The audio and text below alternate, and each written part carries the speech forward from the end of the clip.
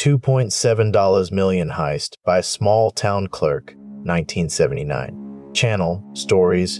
In the heat of July 1979, Harold Hal Whitaker walked into the Oak Ridge Municipal Office with the same notebook he used to file tax records, and walked out with $2.7 million in cash and bonds. Oak Ridge was a sleepy farming community in the Midwest, and Hal was its chief records keeper, a job that gave him the only key to the town's steel door safe, where every year the tax collection reserve was stored. The safe wasn't a high-tech vault. It was a simple combination lock that Hal had memorized after years of entering the numbers for audits. One morning, he slipped the lock, lifted the lid, and hauled out bundles of $100 bills, a stack of municipal bonds, and a ledger that showed a phantom entry labeled adjustment. He loaded the money into his battered pickup, hid the cash under the floorboards of his rented house, and transferred the bonds into a shell corporation he'd set up under the name Northfield Holdings.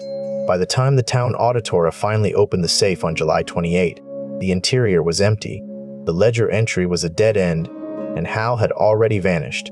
The State Bureau's detectives traced the pickup truck's license plate to a service station in western Kansas. When they arrived, the truck was gone, replaced by a rusted shell and a receipt for a one-way bus ticket to Ciudad Juarez. Hal had sold the truck, bought a cheap ticket, and crossed the border within 48 hours of the theft. A federal manhunt spread across Kansas, Missouri, and Texas.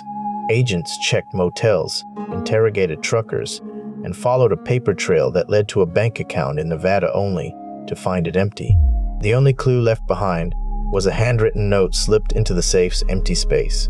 "The people who trust you won't see it coming." The line became the case's tagline, a stark reminder that even the most unassuming officials can wield huge power. Oak Ridge's residents were left to pick up the pieces. The town council declared a fiscal emergency. The school district cut extracurricular programs, and local farmers faced higher property taxes to replace the missing revenue. Meanwhile, Hal's family in the neighboring county denied any involvement, claiming he had left town months earlier for a construction job. Rumors swirled. Some said he'd hidden the money in a field of corn, others that he buried it beneath the old mill's foundation. None of the tips panned out. In the weeks after the heist, investigators uncovered a small ledger Hal kept in his pocket notebook.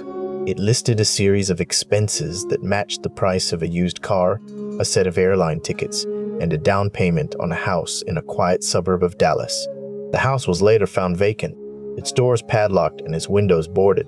Forensics recovered a single fingerprint on the safe's interior, a print that matched Hal's on file.